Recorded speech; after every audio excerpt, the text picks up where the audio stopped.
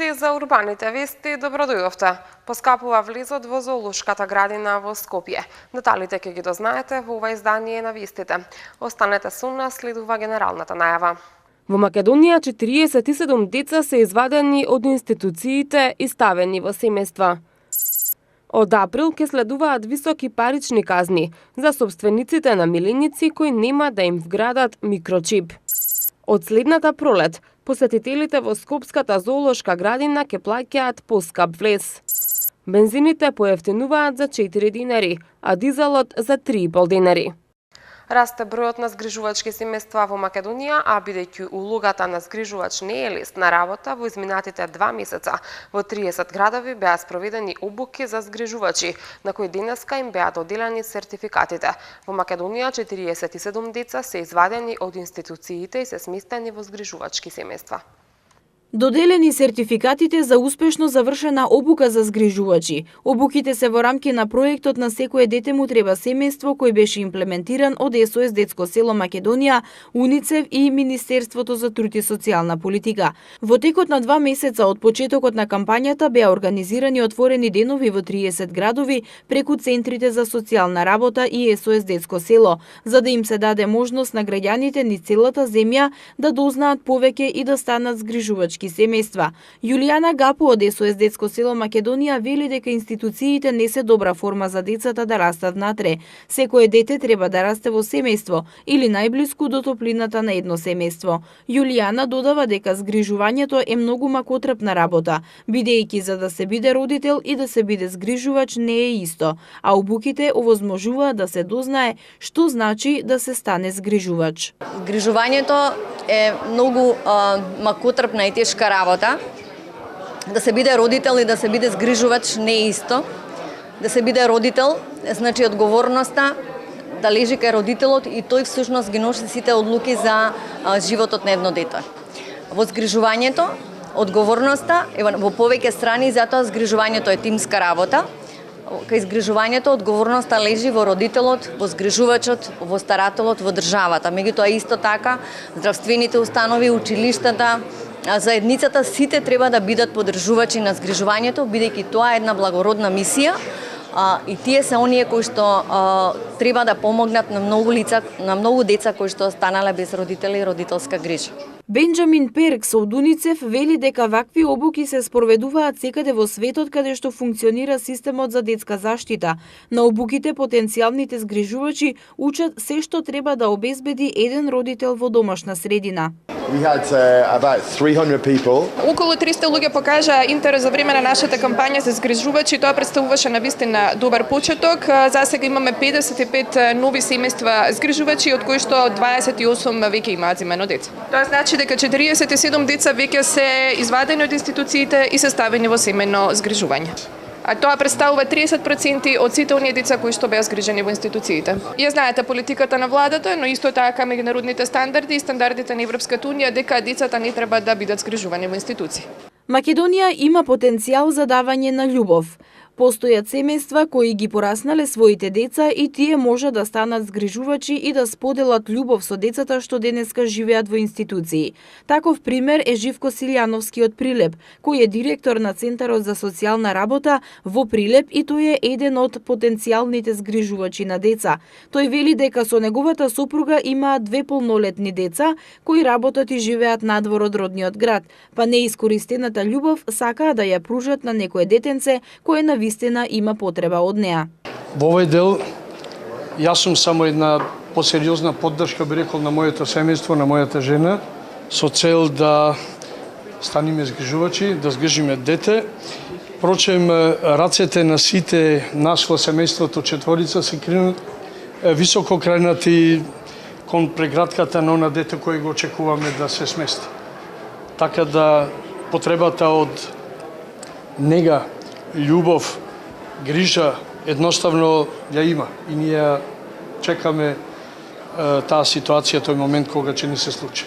Организаторите на кампањата ги повикуваат сите граѓани што имаат љубов да ја споделат и да придонесат во системот на социјална заштита, да се регистрираат како згрижувачи и да поминат обука, да добијат дете и за него да се грижат додека тоа не порасне. 14.000 милиници се микрочипирани од 1 септември до сега, откако е во тек акцијата за бесплатно микрочипирање на домашните милиници. Од 1 април на терен излегуваат комуналните инспектори со високи парични казни за оние кои нема да ги чипираат своите милиници, а со тоа ќе придонесат за поголем број на кучиња скитници на улиците. Од 1 септември официјално започна кампањата за бесплатно микрочипирање на домашните милиници во Македонија. Оваа кампања за чипирање на милиниците ја започна Агенцијата за храна и ветеринарство и истата се очекува да помогне во борбата против уличните кучиња, односно да ги спречи граѓаните по одреден период да ги напуштаат своите милиници. Микрочипот содржи бројче, преку кој се обезбедуваат основните податоци на миленикот што овозможува негово следење. Доколку случајно се изгуби, неговиот собственик може веднаш да се лоцира, да се пронајде и да му се врати.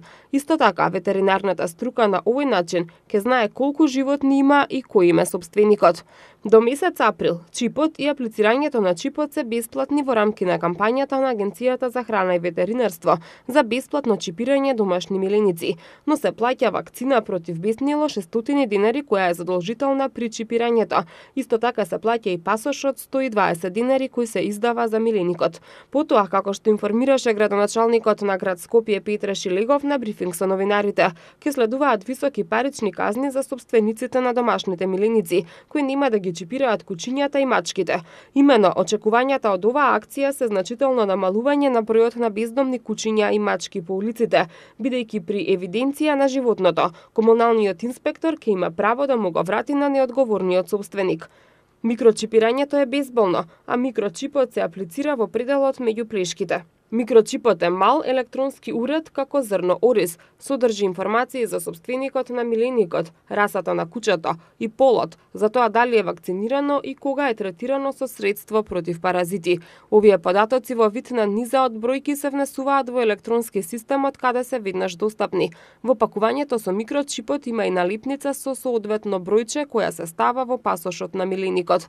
За бесплатното микрочипирање се склучени договори со речиси сите ветеринарни друштва во Македонија, вкупно 135, за да можат собствениците на милиници сами да одберат каде ќе го однесат своето маче или куче. Кампањата ќе трае до 31 март идната година. Раководството на Скопската зоолошка градина се жали на големите трошоци кои ги имаат околу одржувањето на градината и чувањето на животните. Токму затоа од следната пролет голема е веројатноста билетот за влез да поскапе. Оваа одлука е на иницијатива на директорот, а ќе треба да ја одобрат советниците во Советот на град Скопје. На предлог на директорот на Зоолошката градина Скопје, влезот за возрастните посетители ќе поскапи за 30 динари и ќе изнесува 80 динари, а за децата цената на билетот ќе остане 50 динари. Поскапувањето се очекува да се случи од следната пролет, но само доколку советниците во Советот на град Скопје ја прифатат иницијативата на директорот на Зоолошката градина и гласаат за поскапување на билетот. Влезот за деца до 3 години и понатаму ќе остане бесплатен. Како причина за барањето за повисока цена од Зоолошката градина Скопје ги наведуваат низата инвестиции преземени изминатите месеци, како и пристигнувањето на новите животни кои носат нови трошоци. Во изминатиот период Скопската зоолошка градина го заврши живеалиштето на слоновите, кое чини 400.000 евра, а од септември пристигнаа и двете слоници, Даела и Дуња, кои одлично се прилагодија на условите во зоолошката. Сепак, за нивното секојдневно одгледување потребни се големи финансиски средства. Се доопремува и живеалиштето на шимпанзата, кое исто така чини околу 250.000 евра. Се поставија и грејачи во живеалиштето на нилскиот коњ Буцо, а се инвестирало и во заштитните огради на животните, велат од зоолошката. Портпаролот на зоолошката градина, Тина Мицковска, истакнува дека споредено со останатите европски градови, во Скопје се плаќа најевтин влез во зоолошка градина. Само за компарација, во зоолошката градина во Белград влезот за возрастни изнесува 260 динари, додека за деца 150 динари. Поскапувањето во Скопската зоолошка градина нема да биде толку забележително, но сепак ќе ги улесни финансиските потешкоти за чување на животните, велат од таму. Ке поскапува билетот во зоолошката. Што мислите, ваш коментар за тоа? Ја не знам се тие си имаат потреба своја таму од потребите на зоолошката градина, па дали имаат потреба да се скапуваат. Исто како превозиеш од се сега. Ја ваѓам карта 250 дена, се ваѓам 280, што значи потребите такви се тие. И не може да дам одговор за зоолошката дали ќе треба се поскапат или не. Дали посетувате зоолошка градина? Не. Знаете зашто? Затоа што тоа е мачење на животните. Затоа што ние сме будали како народ и сметам дека најдобро животното е да се наоѓа онаму каде што припаѓа, тоа е дивината. Ке поскапува билетот во зоолошката градина, што мислите за тоа? Па нормално е, кога има овци за стрижење, ќе има и волна. Во меѓувреме, интензивно се работи на чистење на живеалиштата во зоолошката, како и реновирање на најстарите живеалишта. Плановите на менаџментот на зоолошката се до крајот на летото да ги донесат и пингвините, а нивното живеалиште допрва треба да се доградува. Општина Илинден почна со реализирање на работни буџетски форуми со граѓаните, во рамки на кои граѓаните ги истакнаа приоритетните проблеми, предлагајќи за реализација конкретни проекти што согласно можностите ќе бидат вметнати во буџетот на Општина Илинден за 2019 година. Како дел од процесот за дефинирање на предлог буџетот на Општина Илинден за 2019 година, а во насока на поголема транспарентност и партиципативно граѓанско учество во процесот на буџетирање, Општина Илинден почна со реализација на работни буџетски форуми со граѓаните. Во рамките на реализацијата на овој проект во Домот на културата Илинден, жителите од населба Илинден имаа можност да остварат средба со градоначалникот Жика Стојановски, членовите на Советот на општината, директорите на јавните предпријатија и јавните општински образовни институции, како и со представници на општинската администрација. При тоа граѓаните ги истакнаа приоритетните проблеми, предлагајќи за реализација конкретни проекти што согласно можностите ќе бидат вметнати во буџетот на Општина Илинден за 2019 година. Транспарентноста во креирањето на буџетот за следната година, Општина Илинден ја практикува за да им излезе во пресрет на барањата и потребите на граѓаните, со цел рамномерен развој на сите населени места и овозможување на квалитетни услови за живење на сите граѓани. Како што соопштуваат од Општина Илинден, вака подготвениот буџет за 2019 година ќе биде предложен на усвојување до советниците на Советот на Општината од страна на градоначалникот, кој активно е вклучен во работата на буџетските форуми. Буџетските форуми продолжуваат и во текот на следниот период со работни средби во другите населени места низ цела општина. Секторот за инспекцијски работи на Општина Центар на 11 правни лица издал правосилни решенија за отстранување и рушење на дивопоставената урбана опрема. Ова одлука е резултат на непочитување на правилата за поставување урбана опрема и отстапување од примарните одобренија за поставување на урбана опрема.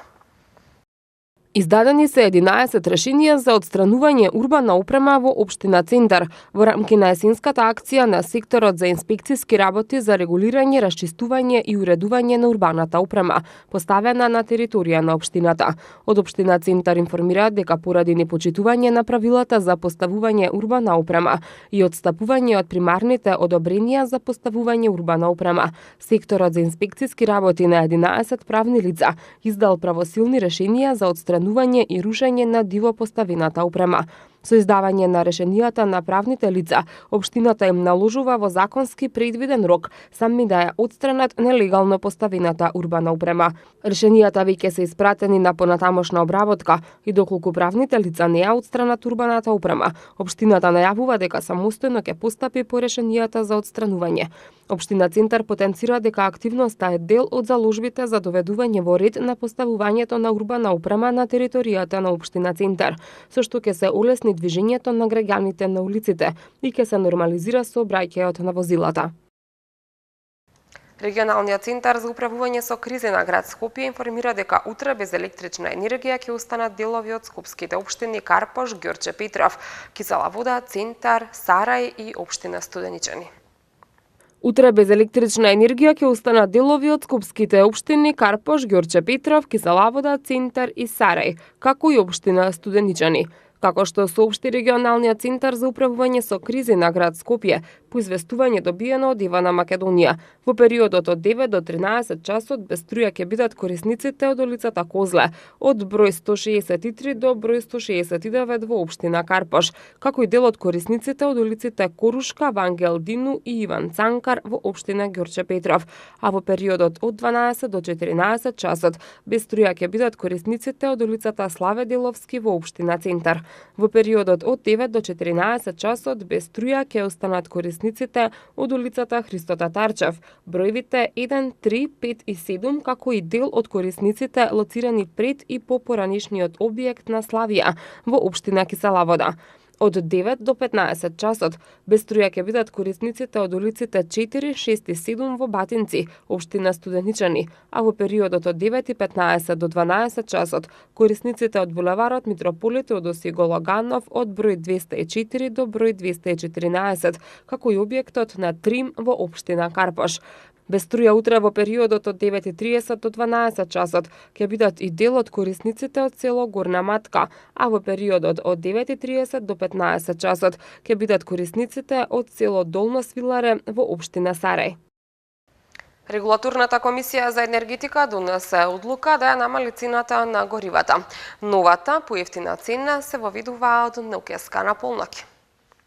Бензините од Нокеска на полноќ поевтинуваат за 4 динари, а дизелот и екстра лесното масло за домакинство за 3,5 динари, одлучи денеска регулаторната комисија за енергетика. Новата цена на Евро Супер БС 95 ќе изнесува 63 динари за литар, а Евро Супер БС 98 ќе се продава за 65 динари. Литар Евро Дизел ќе чини 61 динар, а екстра лесното масло за домакинство ќе се продава за 49,5 динари. За 3,3 динари по килограм се намалува малопродажната цена на мазутот и истиот ќе се продава по цена од 31,8 динари. Малопродажните цени на нафтените деривати согласно методологијата за формирање на цените се намалуваат во просек за 6,53%. Регулаторната комисија за енергетика ја донесе одлуката врз основа на движењето на просечната цена на суровата нафта на светските пазари и курсот на динарот во однос на доларот. Градоначалникот на општина Газибаба Борис Георгиевски денеска додели 82 решенија за субвенции за набавка на печки на пелети. За оваа намена од буџетот на општината издвоени се 3 милиони денари. Во општина Газибаба денеска беа доделени 82 решенија на граѓани кои поднеле барање за субвенции за набавка на печки на пелети.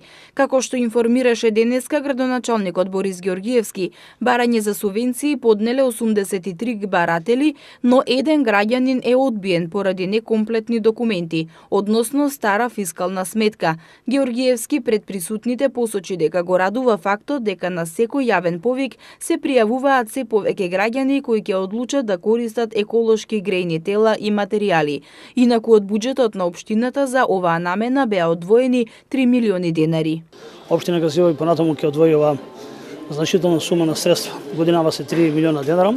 За до година планираме да дуплираме сумата од 3 милиона денари, со така да продолжиме во делот на воведување на топловодно грејење во населените места Маџари 1 и Хиподрум 1 и 2.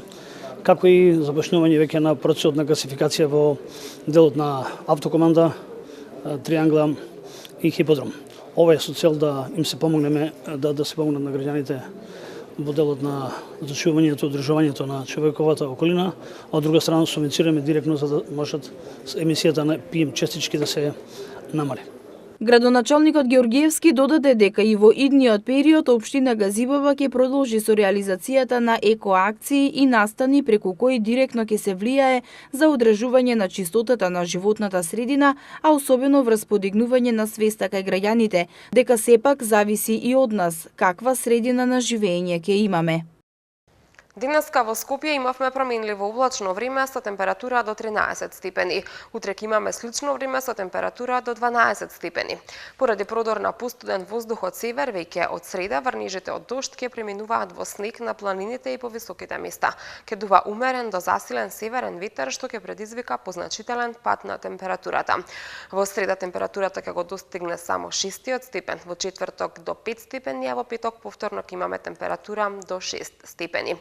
И уште една сосема кратка информација пред самиот крај. Со загадување 10 пати повеќе од препорачаните нивоа, Македонија е најзагадената земја во Европа, покажуваат податоците на Европската агенција за животна средина, објави денеска Euronews. Ова беше и последната информација за ова издание на Урбаните вести. Ви благодарам за вниманието. Останете понатаму со нашата програма и редовно посетувајте го нашиот вебсайт mtm.mk. Од мене довидување.